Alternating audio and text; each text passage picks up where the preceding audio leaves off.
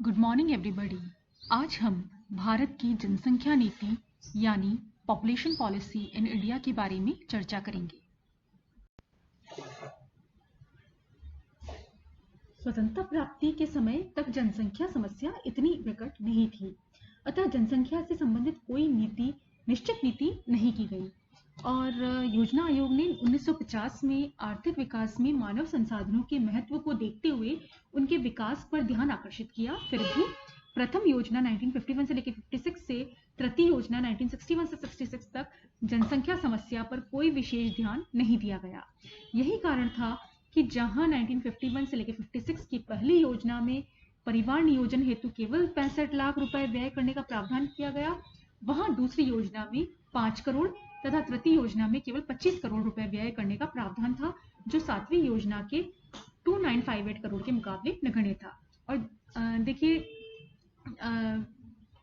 जनसंख्या में देखिए 2.5% की वार्षिक वृद्धि हो रही है और इस कारण इससे इसके कारण जो समस्याएं उपज रही हैं उनके कारण चौथी योजना में उसकी गंभीरता को समझा गया और जनसंख्या की विस्फोटक वृद्धि पर रोक हेतु परिवार नियोजन कार्यक्रमों को बढ़ावा देने की नीति अपनाई गई और चौथी योजना में इसके लिए 277 करोड़ रुपए व्यय का प्रावधान किया गया।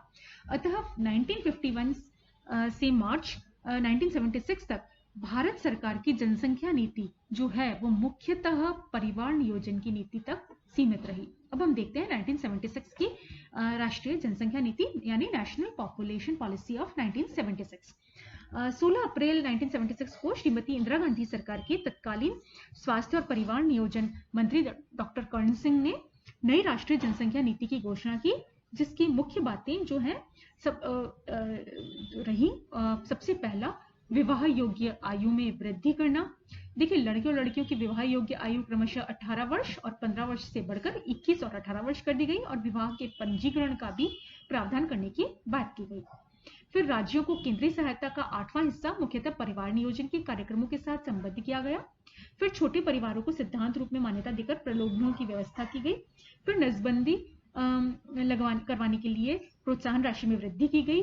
फिर राज्यों के विधानमंडल और लोकसभा में सदस्यों की संख्या 1971 की जनगणना पर आधारित थी ताकि राज्य सरकारें परिवार नियोजन कार्यक्रम में रुचि लें। फिर परिवार नियोजन कार्यक्रम में सहयोग देने वाले को प्रोत्साहन और आर्थिक अनुदान की व्यवस्था की गई। फिर जनसंख्या संबंधी अनुसंधान और शोध कार्य को बढ़ावा दिए जाने पर बल दिया गया। फिर लड़कियों की शिक्षा और शिशुओं को पौष्टिक आहार उपलब्ध कराने का प्रावधान किया गया। फिर जनसंख्या एवं यौन संबंधी शिक्षा पर बल दिया गया ताकि नव दंपतियों में जनसंख्या समस्या के बारे में उत्तरदायित्व की भावना बढ़े।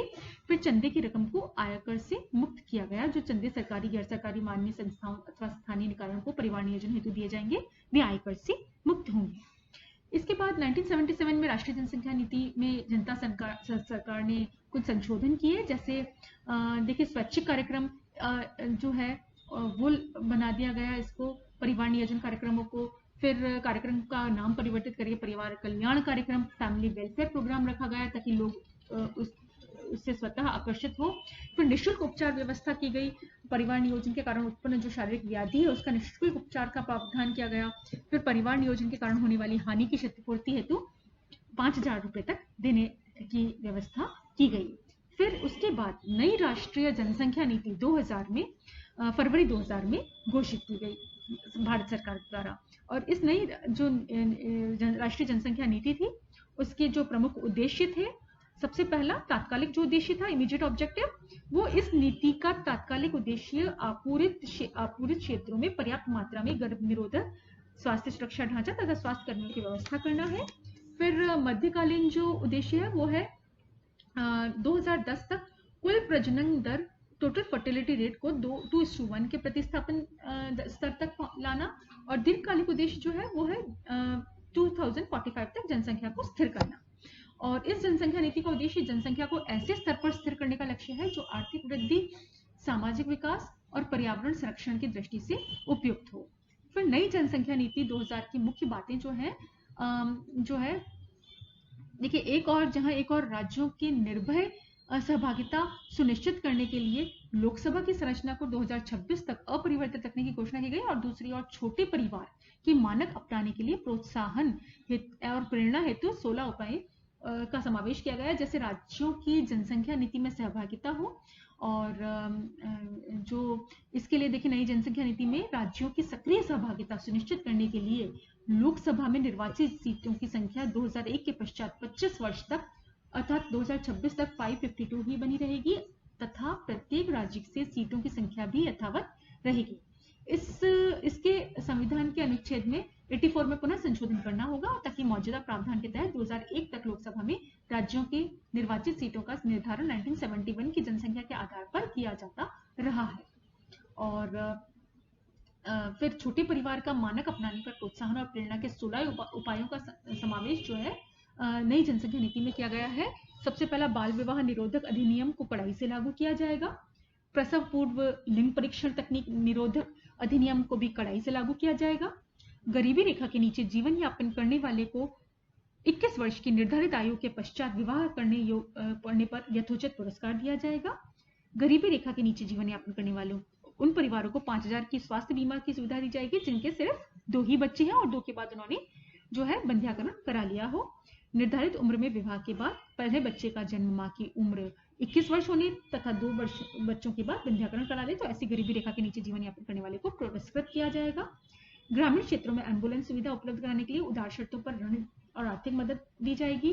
केंद्र सरकार उन पंचायतों और जिला परिषदों को पुरस्कृत करेगी जो अपने क्षेत्र में जनसंख्या नियंत्रण को प्रेरित करेंगी।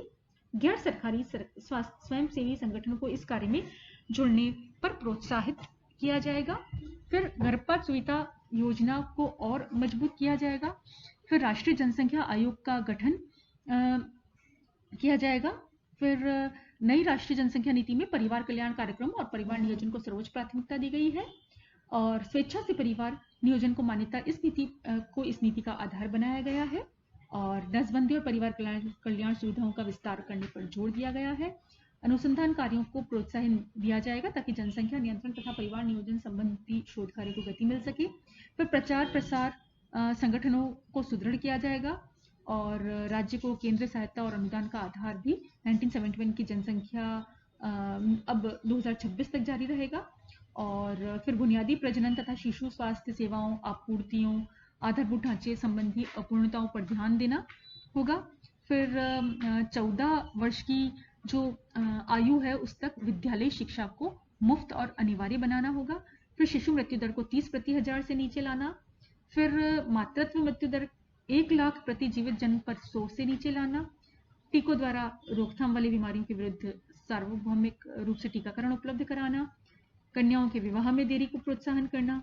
फिर जन्म मृत्यु विवाह गर्भावस्था का 100% पंजीकरण करना और संक्रमित बीमारियों की रोकथाम उन पर नियंत्रण और प्रजनन और शिशु स्वास्थ्य सेवाओं की व्यवस्था करना और संबंधित सामाजिक कार्यक्रमों के कार्यान्वयन को एकीकृत करना ताकि परिवार कल्याण कार्यक्रम एक जन केंद्रित कार्यक्रम बन सके। तो ये सारे प्रावधान रखे गए हैं नई राष्ट्रीय जनसंख्या नीति 2000 में, परंतु इसकी आलोचना भी की गई है। सबसे पहली बात तो ये है कि ये बहुत ही सैद्धांतिक है। फिर बहुत ऊंचे लक्ष्य हैं इसके। अनिवार्य नसबंदी की धारणा का त्याग अनुचित है। फिर यौन शिक्षा की उपेक्षा की गई है। मौद्रिक प्रलोभनों की नीति दोषपूर्ण है।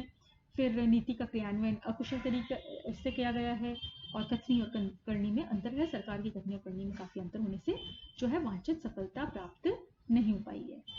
Thank you.